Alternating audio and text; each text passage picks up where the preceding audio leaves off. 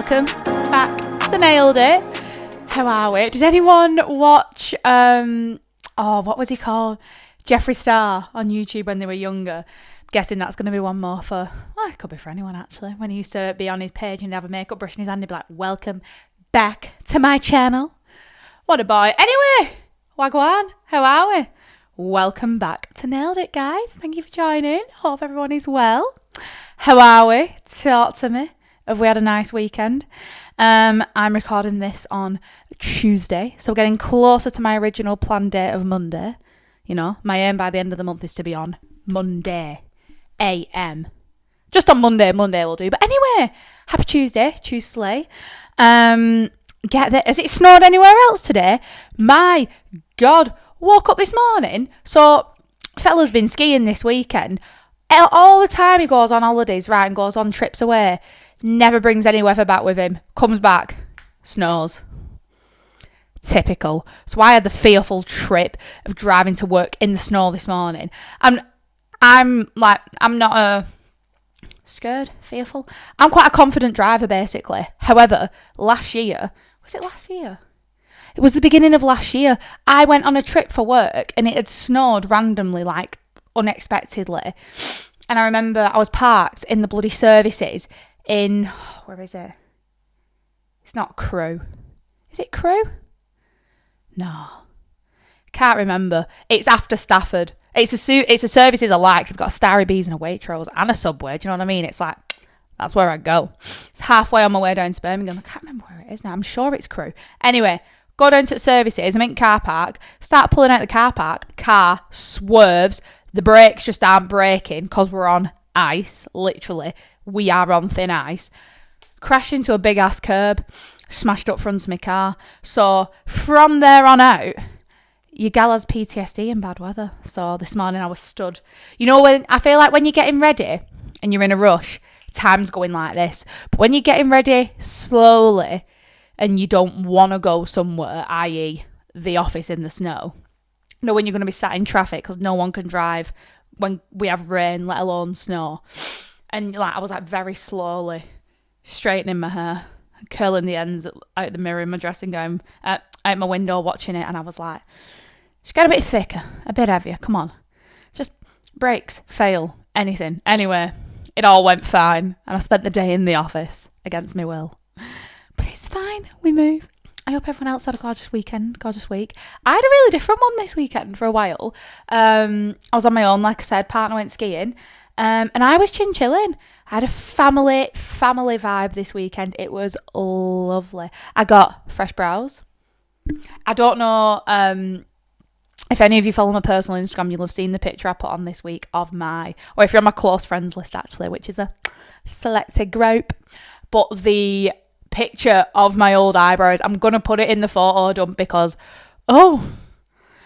she nasty. I got butchered when I got my eyebrows threaded once. And I mean butchered. It's absolutely terrid. Right. Now, don't get me wrong. I always had them threaded. And I've noticed now looking back on pictures, they were getting thinner and thinner as the years went by. But when you're in the moment, you don't really see it happening. So anyway, this one time I went and got them done. And I remember getting back in my car and you're like pulling the visor thing down, the flap with the mirror and the light. I looked and I thought, I don't look good. It was one hair, literally a one hair moment. When I work out video editing, I'm going to put the clip in like here whilst I'm talking. It can't be that hard. But anyway, yeah, I got absolutely battered. So I stopped getting them done and then I started going to my gorgeous eyebrow lady, who I've probably mentioned in most of my episodes. I have a devoted love to her. I have a love affair with Leonie. And yeah, she changed my life on my eyebrows. But yeah, so I got them done this weekend. I had a Chinese and a Harry Potter marathon with one of my brothers. Stun. And then with my other one, we went to Bolton Abbey. I was like, text him, like, should we go for a walk? Like, yeah, let's go to Skipton. It's an hour away. I was like, go on then, Gordon. Stunning. Gorgeous day with my niece. It was just vibes. Summarised a lovely family weekend. So yeah, can't complain. Didn't even realise he was gone. It was bloody lovely. I also, can we just hold the phone, forgot the most important thing. I did a 5K. I did a 5K. I actually accidentally did a 6K. Try that one on for size. So, I'll await my flowers. I actually did, believe it or not, get a flower when I ran the finish line. It was very sweet. So, give you the lowdown. One of my friends, her brother's just launched his own fitness brand called Evolute. It's amazing. Lovely, lovely quality clothing, things like that. Little plug. But the nicest thing about it is the message that's behind it. So definitely check that out. But he puts on a run club. Him and the other guy who runs it with, they put on a run club for women every other week in Manchester. So I was like, obviously, if you remember New Year, same old shit. On my list was run a 5K. It's on my vision board. It's, tried dabbling in a little bit of running to try and get myself prepared, because I just really wanted to be able to do it, without dying. I wanted to improve my cardio this year, so I thought, you know what, let's just start slapping the tarmac, and we've done it. So I've been on a few runs to build myself up to it, like run, walk. And yeah, we kicked off on this 5K. There was 15, 18 of us. We're in Media City. One of the girls set the pace, a lady called Zara. She's gorgeous. And it was like, just go at your own pace. Everyone sort of like purred up and everyone had someone to run with. It was really nice. And I'm running along. I'm like, it's going lovely this. I've gone past the shops and we've done a loop round the bend. We've crossed a bit of the river. And then everyone kind of disappeared. And I'm looking across the other side of the river and I can see everyone else. I'm thinking, fuck did they get there? So me and this girl, we followed another group of people who took a wrong turn but looped back on themselves and we didn't see that bit. So at one point, we're stood in someone's pissing front garden. I'm jogging on spot, watching postman, put a bloody PLT parcel on doorstep. I was like, excuse me, mate. We're a wee bit lost. As we get out. Anyway, we ended up running an extra K. So when I set out to run 5, your gal ran 6. Bash. Honestly, couldn't believe it. Still a little bit shook now, not going to lie. But you know what? It was great. I thought, what better way to motivate myself to do it than to sign myself up to something with one of my friends, or like that involves one of my friends, because you know what I'm like, I will not let a gal down. Or a boy. I ain't letting one of the side down. So I dragged myself there and I did it, and I'm bloody proud of myself for doing it. So yeah, that is stunning. Summer already ticks off the list this year, guys. What an absolute belter. I've decided it's one of them running. Like I said, I've been dabbling it since the back end of last year. And basically, me, personally, hate every second. While it's happening, hate it. Feel like it's never going to end. Feel like my legs can't carry whatever's going on up top. And then I finish it and I'm like, ooh, that's nice. Hashtag liberated, hashtag free the nip, hashtag get me in a hot bath.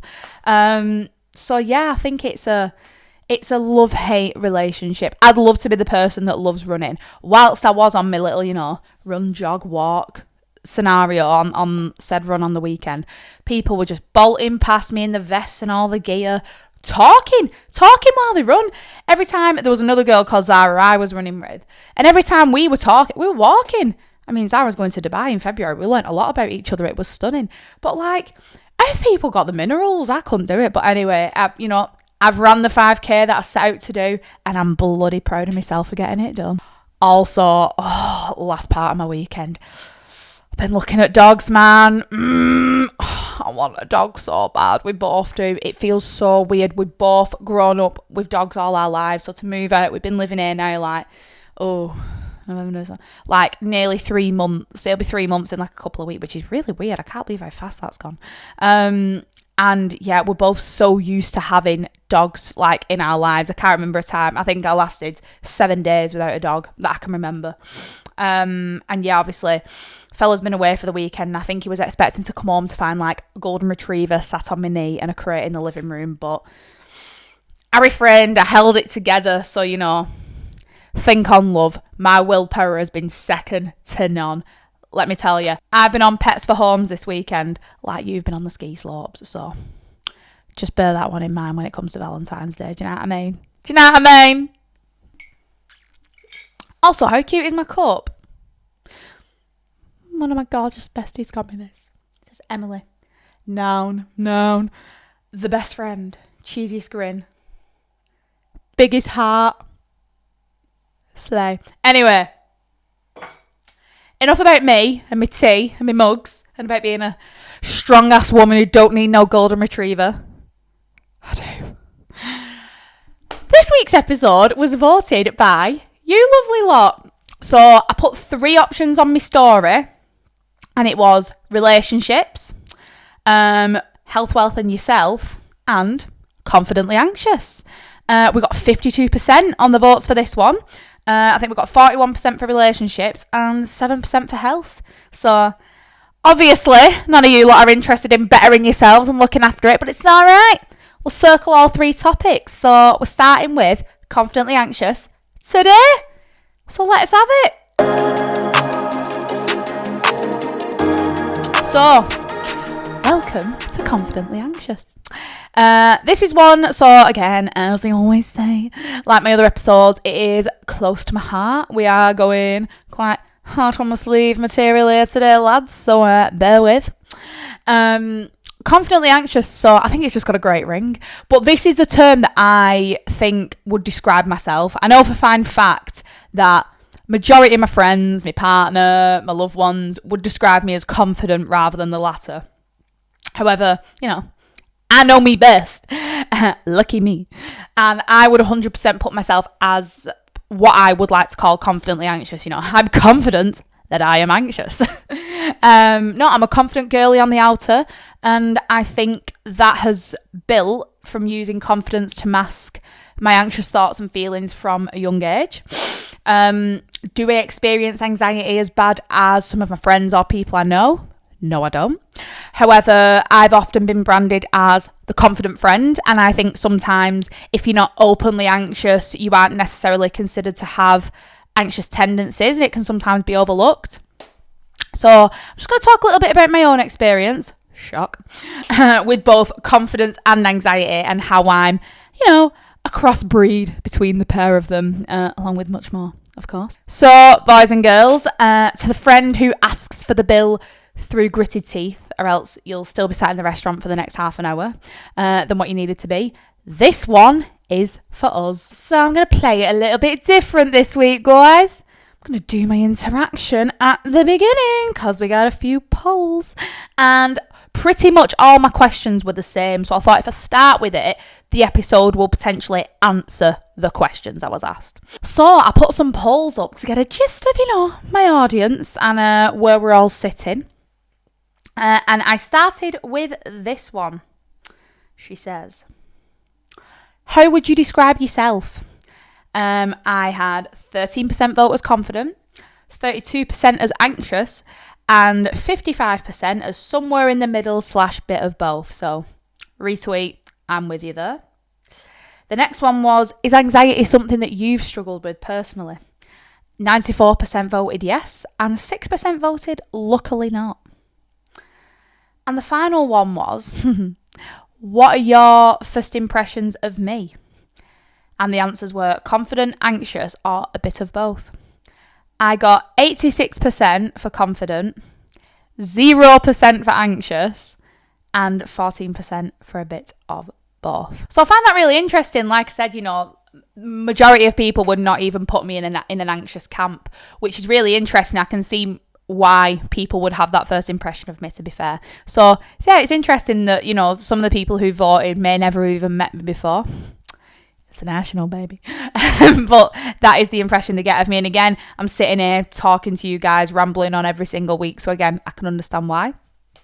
The main question I've been asked, which we know I normally, like I said, save to the end, but we're going to put it in now, is, do I suffer from anxiety? And if so, how do I cope with it? How do I navigate? All the questions have centered around that, essentially. So let's get into the episode, shall we? And you will see both sides of me. Angel, the devil. Oh, we'll start with confidence. Let's keep it nice and easy. Let's start with that one. So, would I describe myself as confident? Kind of. It wouldn't be my first adjective in the book, but can I see why others describe me as confident? Absolutely. I will be the person who will speak to someone at the bar. Not like that, not in a chatty up manner, but do you know what I mean? I will be that person that throws myself out there in a social setting. I think especially where my job is concerned, which has improved and leveled up my confidence, to be actual confidence rather than a defense mechanism. But, you know, going into a male-dominated space, holding my own, making sure I know my shit, I don't really have any other option other than to at least be perceived as confident, if that makes sense. I had it today. I had a meeting with one of my colleagues, and we had about 25 people in all off site, you know. If I'm stood with groups of, 10, 15, 20 people watching me, I'm on the side of scaffolding in the piss rain, everyone's eyes are on me, asking me questions, it can be super intimidating. And sometimes you're getting looked at. You can read people, and sometimes you're getting looked at with the eyes that people think, you're not the right person to be telling them what they're doing, regardless of, society is shifting into a modern environment and we're all more accepting, blah, blah, blah. Yeah, I agree with that. But you can still feel the brains and the thoughts and the initial thing when you walk onto a building site and there's a group of blokes there, and the first impression they have of you, it never really goes away. It can once you open your mouth and you start talking and they're like, she's not whatever I thought she might be. She actually knows what she's talking about. But those first impressions, they're instilled in a lot of people, like a lot of bad behaviours are. Never really does tend to go away. And I do try to not come across cocky or a know-it-all. I reckon I've got better at this as I've got older and more mature. Again, I definitely used my confidence as like a bit of a mask, a bit of a defense mechanism in the past, for sure. A bit more of like a snapping back type of thing rather than being sort of like sure of myself. I feel like there is a bit of a difference. So I think especially in a work capacity, that's probably where I've come across as maybe even defensive or cocky in some cases. One of the things I get a lot regarding work from like a lot of my friends is like, when I'll do presentations, I'll deliver CPDs to rooms of people, or I like go and stand on an exhibition stand, or even, like a version of cold calling, and people are like, I don't know how you do that. I don't know how you speak on the phone to people all the time. But it wasn't always second nature. It wasn't always easy. Like, I've been doing this job for 7 years. It took me a hell of a long time to build it up. When I first started, I was actually recapping on this today with my old boss when I was in the office, about how when I first asked to step into that next layer of my role and go out on the road doing what my colleague at the time did, and saying like, I really want to do that, I want to earn the good money, I want to have the fun, I want to do that. And he was like, okay, that's great. I think you're capable, but you kind of need to do A, B, C, D, and E to get there. We're not just going to put you in a brand spanking new company car and off you trot. And one of them things was doing presentations, and we did a lot of trial presentations before they booked me onto one. And I was an absolute bag of nerves, honestly. I think I did something like a 27 slide presentation in 6 minutes because I didn't come up for air. It was ridiculous. And the guy, my colleague who was watching me, kept interrupting. I went, why'd you keep interrupting me? He said, because you need to stop talking. He was like, you need to have some audience interaction. He was like, it's not about getting through it really fast. He was like, I can see you sweating. And I was pissing in sweat. And that was the anxious side of me coming out. And I think a lot of that came from as well wanting to do well and having like a goal at the end of it to achieve. So I was determined, but I didn't know the right way to get there. So again, I get a lot of that coming up even now. I've just sort of got better at managing it. Like, it's been a long process for me to get to that point. From a social point of view, again, I can see why people would say that and think it about me. Like I said earlier, I will pretty much talk to anyone. I have got big golden retriever energy. It's probably why I'm so drawn to them anyway. But that really is just me. That's my approach to things. I hate awkward situations. The first time I meet someone, I guarantee the next time I go to one of them run clubs I tell you about before, I'll be a different person. I hate it. I hate small talk. It is not for me. Like, I'm not going to tell you my life story, my blood type and my inside leg measurement, but I don't like wishy-washy small talk. I feel like, especially if you connect with someone, I just like getting stuck in and talking to people. I don't see the point in like frivolous bullshit. Do you know what I mean? When I'm first meeting people, any form of silent void with strangers, I will fill the silence. I engaged in a full 10-minute conversation in the sauna the other day, for fuck's sake, that was a man explaining how he was going for laser hair. Like, I give a shit, but it was deadly silent, and it was a bit awkward because it was a bit overcrowded. So I thought, well, let's break this up, shall we? And normally I love the peacefulness of the sauna, but I engaged. That is literally just me. Now, it's probably really annoying, especially if you're introverted and you meet me, so I do apologise for that. I have learnt a lot about some of my introverted friends as I've got older and like we've all become more comfortable with one another and said like, fucking hell, you can't half talk you. Do you know? I like that people will remind me of that, especially if it makes them feel uncomfortable, because I definitely talk too much sometimes. So I do apologise, but we move. This is something that I definitely noticed when I went into dance as well. It sort of like made me take on a bit of a class clown persona, going into, like, for some, even myself, the Lion's Den, 20, 25 women, sometimes more, can be a recipe of a disaster for some, but thankfully I stayed, like, true to myself and basically taught the back legs off every single gal in there. Now I've got bloody 20 to 25, sometimes more, great friendships and people I can talk to regardless. Do you know what I mean? I feel really comfortable in that space, and I like to think I make other people around me feel comfortable from the way that I am. Now, I'm fully aware that the being friendly, chatty, hype woman, whatever, works with most people, but it doesn't necessarily work with all. And I would also say that I've learned sometimes if you don't speak up, that no one will. And you've got to be your own voice, even if that does make you the odd one out in a situation, which does make me feel very anxious. But sometimes, for me personally, I would rather sit with a feeling of anxiousness or anxiety about a situation than be in one that doesn't sit right with me. Does that make sense? I would rather speak up and feel hellishly uncomfortable in doing so, knowing that I've done the right thing, or knowing that I've done the right thing by me or by my morals, depending on the situation, than just sit and take it because I'm worried about how it might be perceived, or I'm worried about what someone might think. Like, no, we're not here to do that. For example, I'm not really a yes woman, which drives a lot of people mad, probably my fella included, soz hun. But it's why I love myself. I will not settle for something if I am not about it. It would take a damn lot for me to get into a situation that I don't want to be in. So yeah, that's just me. That's a way that I kind of think of future me in situations like that. Like, I've been put in some situations that I hate, like when you have to, I don't like confronting situations, even though I can be a gob on a stick and I will say things if they need to be said. I don't actually like, who does like sitting down and having them awkward conversations, whether it's with your friend or your family? Do you know what I mean? Like, I don't like it. I don't sleep when I know I've got something that has to be said, but you have to deliver it in such a way, and then it rocks me. I hate it, and I sit with it for a long, long period of time, where I'm then not sleeping, I'm distracted, blah, blah, blah. But knowing that, in a week's time, once I've done it, I'll feel better for having done it. I'll have done the right thing by that person. That's what I'd have wanted them to do by me, or I'll have got myself away or out of a situation that's not right. So when I'm feeling anxious about those types of things, I try and think of like the further future me. Yeah. Later on down the line, shall we say. But yeah, I love socialising and social situations. So again, probably why I'm never perceived as anxious.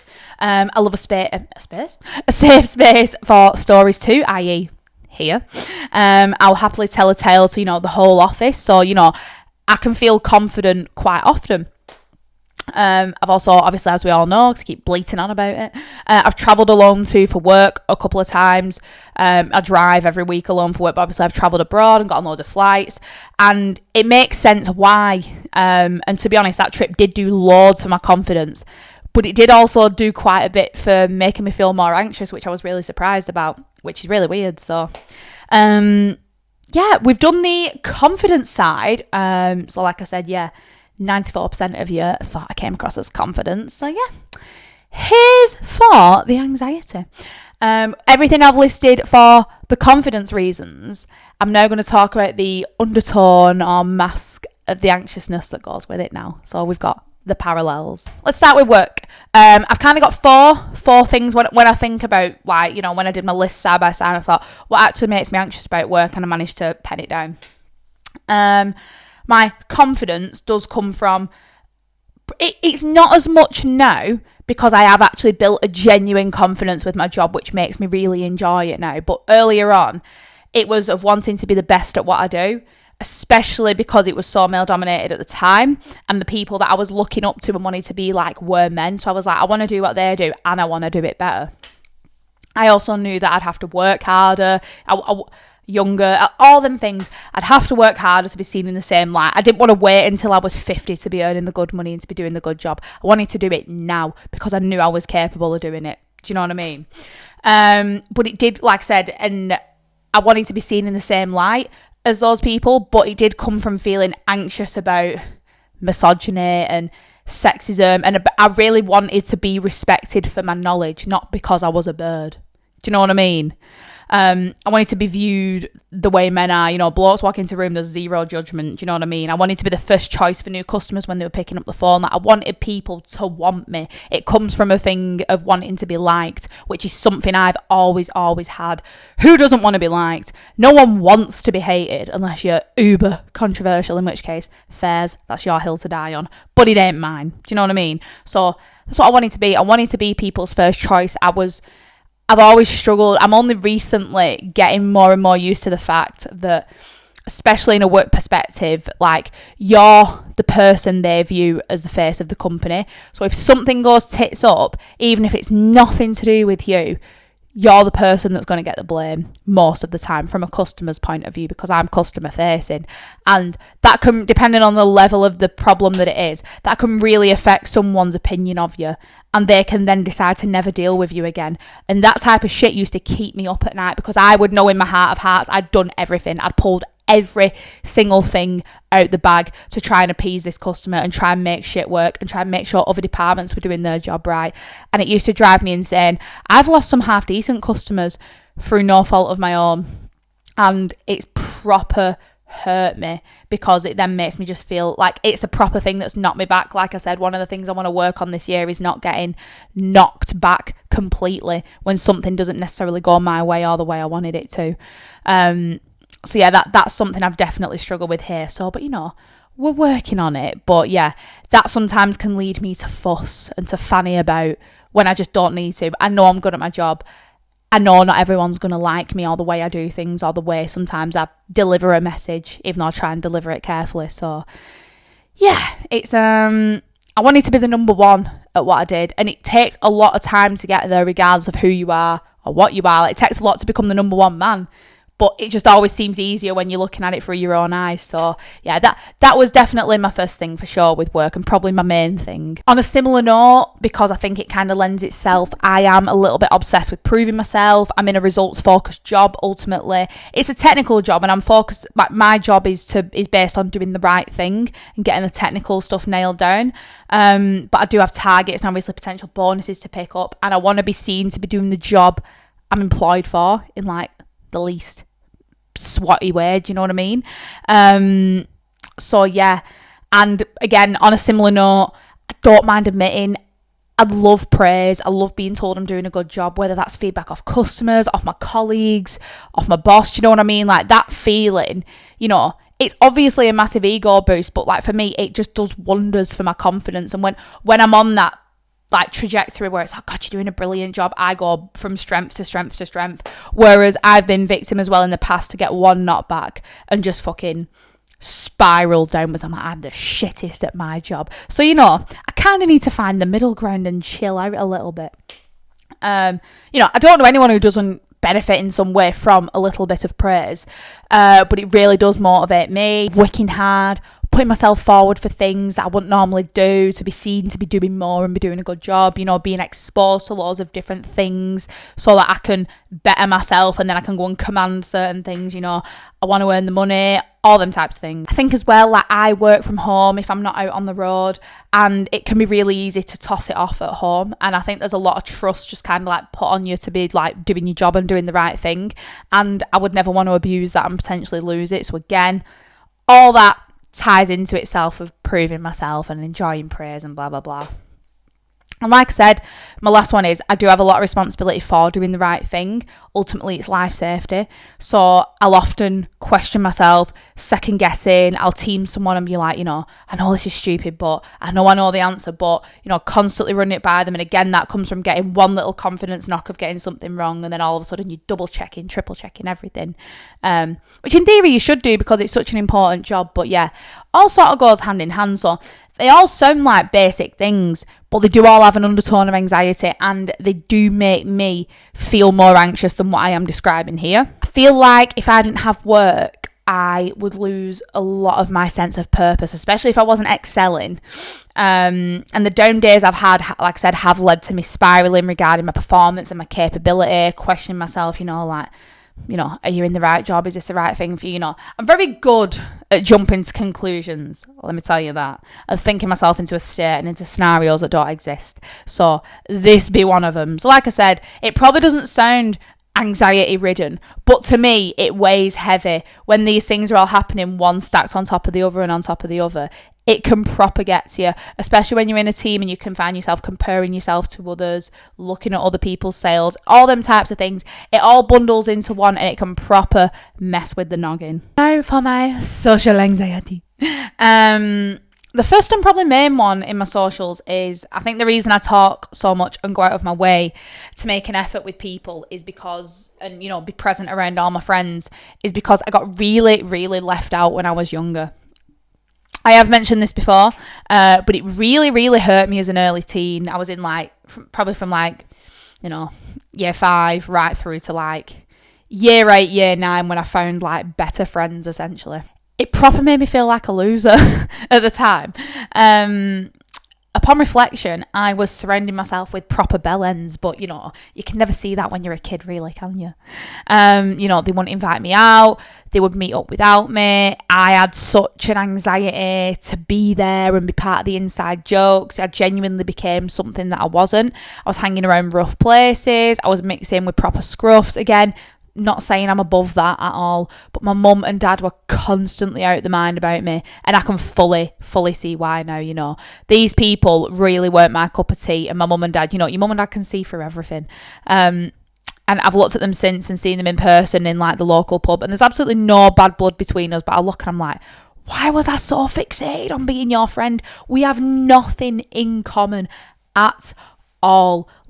Nothing at all. No hobbies, no interests, just nothing. It just didn't make sense. And I think it was just one of them, friends from primary school that you just fall in with and you're desperate to hold on to them. And I sometimes feel like the more you get left out and the more you get pushed away, the more you try with someone. And it's just a case of someone's not going to do for you what you're willing to do for them, even at that young age. Because of that, and because of how those people made me feel in a negative form, I'd say number 2 is I'm always really conscious of other people feeling shit, because I've had first-hand experience of it through my early years in group social settings.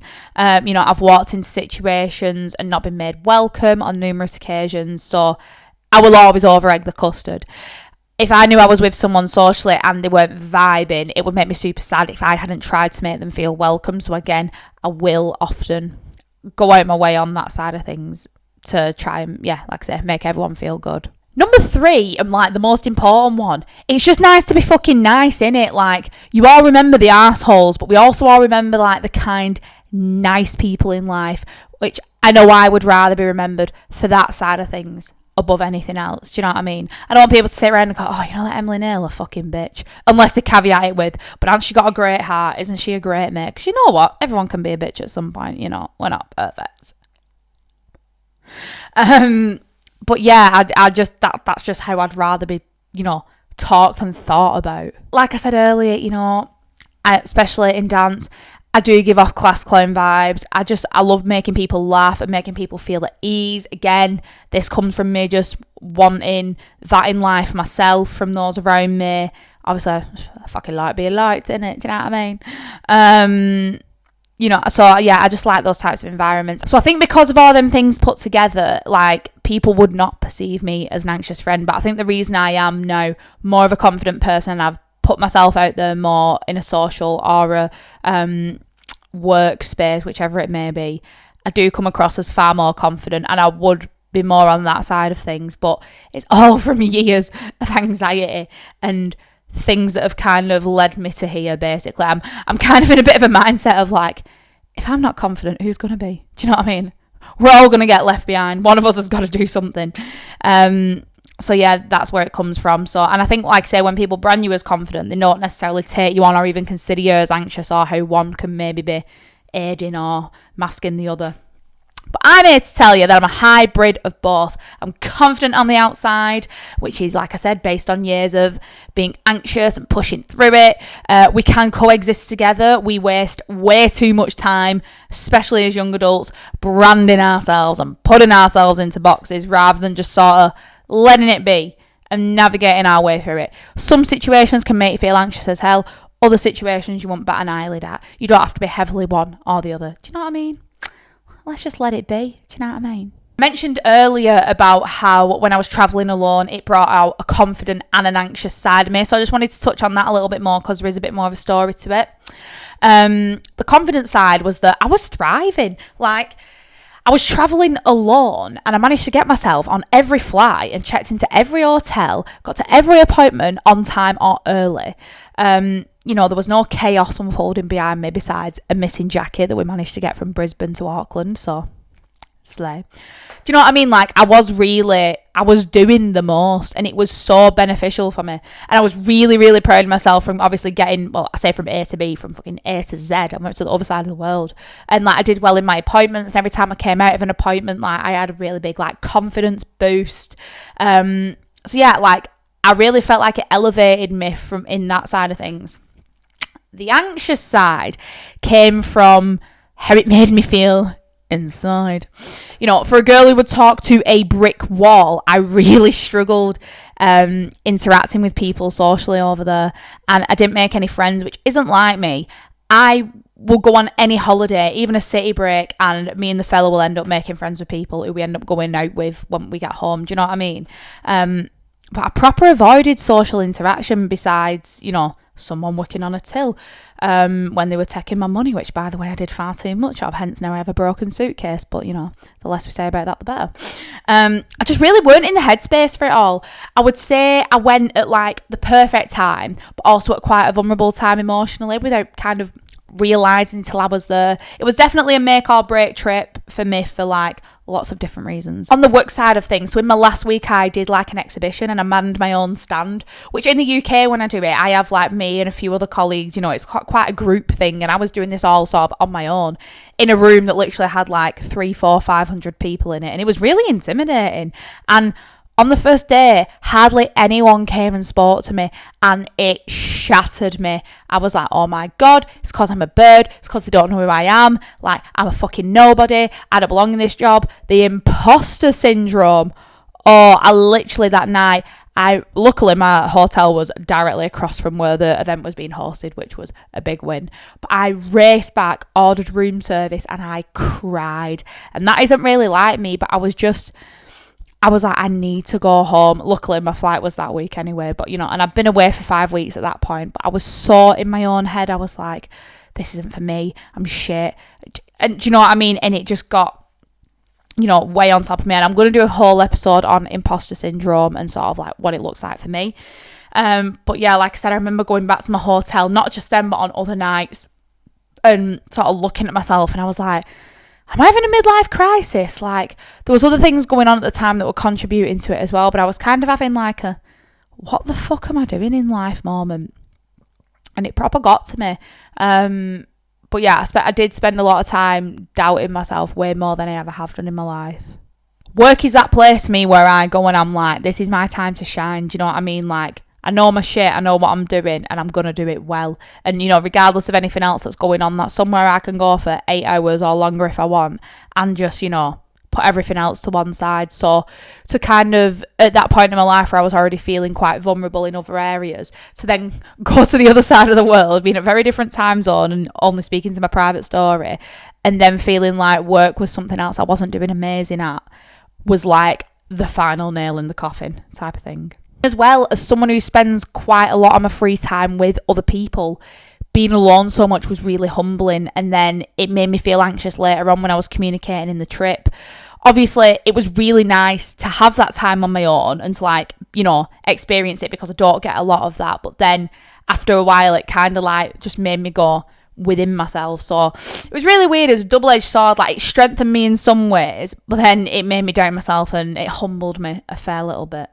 I was also told, this was the other thing for me now, I have raging health and safety anxiety, and I don't mean like the type of health and safety you get at work where someone bollocks you for leaving a drawer open.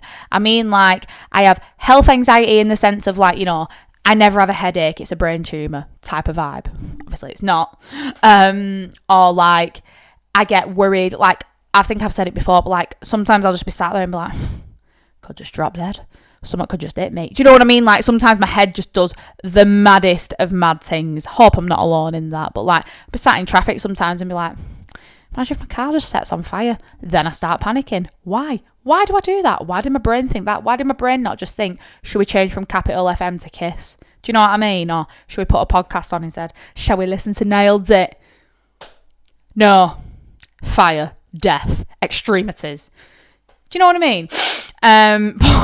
So it didn't help. I might as well tell you these instances now rather than in a later episode, because it's relevant and it really contributed. So when I flew in to Sydney. And my trip was Sydney, Melbourne, Gold Coast, and then between Auckland and Christchurch in New Zealand, right? So I was doing a fair bit, bobbing about. And when I first got there, I'd already been to Sydney before. I knew where I was. I knew my way around. I were bouncing with confidence. I didn't think twice about slapping a pair of shorts on, putting my headphones on, grabbing a book and going walking 3 miles to a park and sitting reading a book in a park all day, right? And then, I'd go out shopping. I was going to do my own thing. I was out at night, every night. Didn't bat an eye about being on my own. Didn't even think about it. I won't think about it here. And then on my 5th, 6th day, I got on a train. Now, unbeknownst to me, because I've always either been, not in like a big-headed way, but last time I went with someone who drove, and he drove us pretty much everywhere. And on other days, I had people picking me up and giving me lifts, because obviously a lot of my customers were just like really wanting to look after me, which was amazing and gorgeous. I was very grateful for every second of it, more so after this event. But I got the train to one of my customers because it was quite far out the city, and I didn't have a car for the first part of the trip, which is my own choice. I will be getting one in future when I go back, I can assure you. And I got the train, and I got off the train, and I started noticing that the further out the city we were getting, the rougher it were getting. And you know what I mean? Like, not like UK rough, like scary ghost town rough type of vibes. Anyway, got off the train, a lot of homeless people. I think I've mentioned this before, but they're not like our homeless people. They've got balls of steel. They've no anxiety. They are just confidently confident. Do you know what I mean? They don't give two. And I was leaving the train station waiting for my customer to pick me up. And this guy now, there's something to be said for running at the best of times. I'm running upstairs. He was running downstairs. That's already a grade A psychopath in my opinion, right? He was clearing 2 steps at once. Fuck is all that about? So that already sent me into a bit of a state of paranoia just watching that unfold. He got to the bottom of the stairs, grabbed a homeless man. This was just your average Joe Blogs, by the way, coming down. He was just a bystander on the platform. Threw the homeless man on the floor, smacked his head, and I'm pretty certain he died.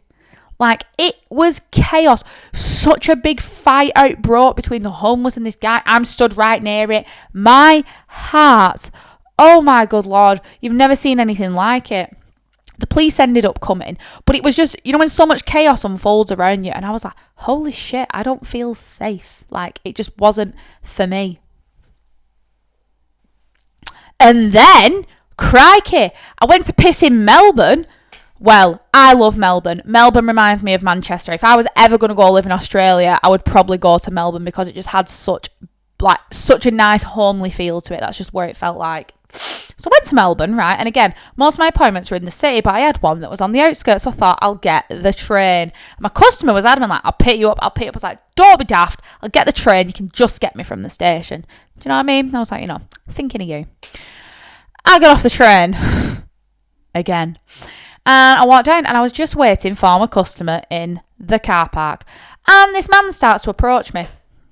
And I could hear him, so I was ignoring. I was pretending I was on the phone and all that. And then it got to a point where it was just me and him in a car park. There was no one else. And I'm waiting for my customer, and he's just approaching and approaching and approaching. And he literally asked me if I was a prostitute. He asked me if I was a prostitute and said he'd never seen someone so young and attractive. And obviously just being a massive raging nonce. I could smell him from a solid 1.5 mile away. He was humming, and he was ragingly dangerous. He terrified me. Like, he had nothing to lose. That's what I found in that situation. I was like, hon, I've got a life to lose. Like, get out of my face. It was fucking terrifying. He starts approaching me. He got to the point where we was literally like, there wasn't a lot between us. And I thought, he's going to do something here. He is unhinged. I was flapping. I didn't know what to say. I'm not very good on the spot when I'm alone. I panic. Do you know what I mean? Like, I'd have sprinted, but I don't know where I'd have sprinted to. And I probably wouldn't have actually sprinted. It would have been a brisk jog, but in my mind, it would have been sprinting. Do you know what I mean? It was terrifying. And luckily, a car pulled into the car park. I saw the Hivies on the back seat. It was my customer. I just flung the door open, slammed myself in it. And the guy basically told the homeless man to fuck off. But oh my God, did it scare me. So, not only did that happen, I went to a cafe that day and I got chatting to some women when they hear the British accent. They're like, oh, are you travelling? Is it work? All the usual stuff. And she was like, oh, where are you heading to next? I said, oh, I'm going to Auckland. She went, ugh, I thought it was rough here. Wait till you get over there. I was like, why have you said that to me, darling? Do you think that's what I need to hear? Like, it was I don't need the money, Darren. I've got money moment. Do you know what I mean? I was like, what the fuck am I doing here? So she then basically went on to explain that Auckland was the ghetto.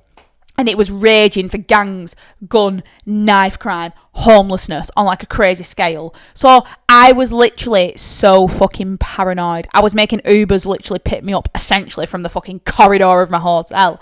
I was just terrified. And then every night then I was going home and I was locking myself in my hotel room after appointments and ordering Uber Eats or just eating in the lobby because I was scared. I was scared to leave anywhere. And that is just not like me. So like then even anyone that I then would have normally just spoke to and had the crack, I was terrified. I was like, they're going to stab me. They're going to kill. I literally kept my head down everywhere I went.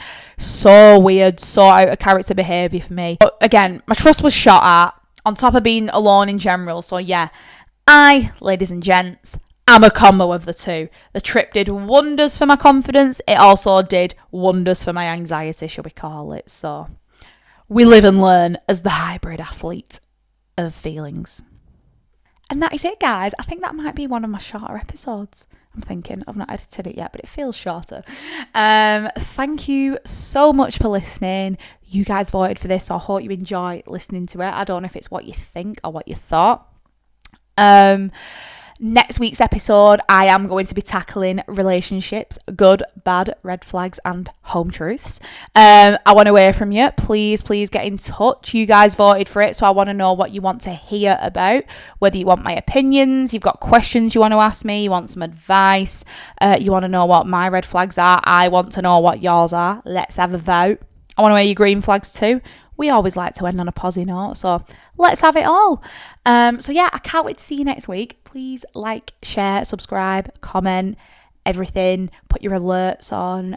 Just keep in touch. Spread the word. Let's raise the bar. Thank you so much, guys. I can't wait. I'll see you next week. Bye, guys.